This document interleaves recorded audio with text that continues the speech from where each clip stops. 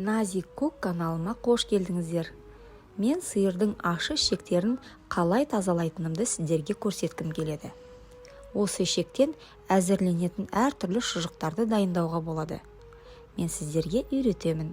Тіркеліңіздер және менің ең жақсы оригиналды рецепттерімді жіберіп алмаңыздар. Ішектің ішін 3-4 мәрте су құйып, дұрыстап тұрып жуып алыңыздар.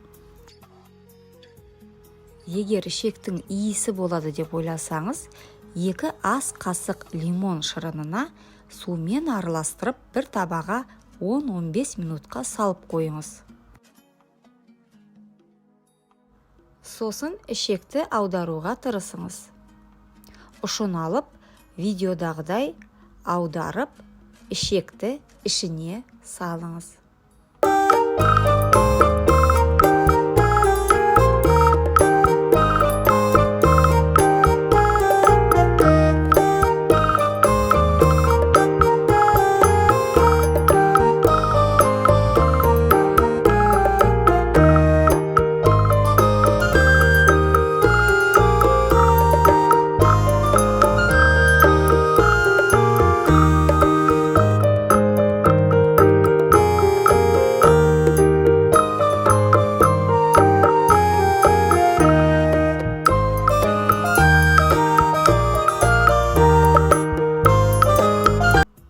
Ең дәмді, кез келген талғамға сай шұжықтар жасауға болады.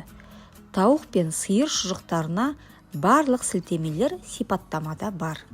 Егер сізге бейне ұнап жатса, менің арнамды қолдап тіркелсеңіз, мен өте риза болар едім. Бейнені назарлағаныңыз үшін үлкен рахмет. Барлығыңызға сәттілік тілеймін.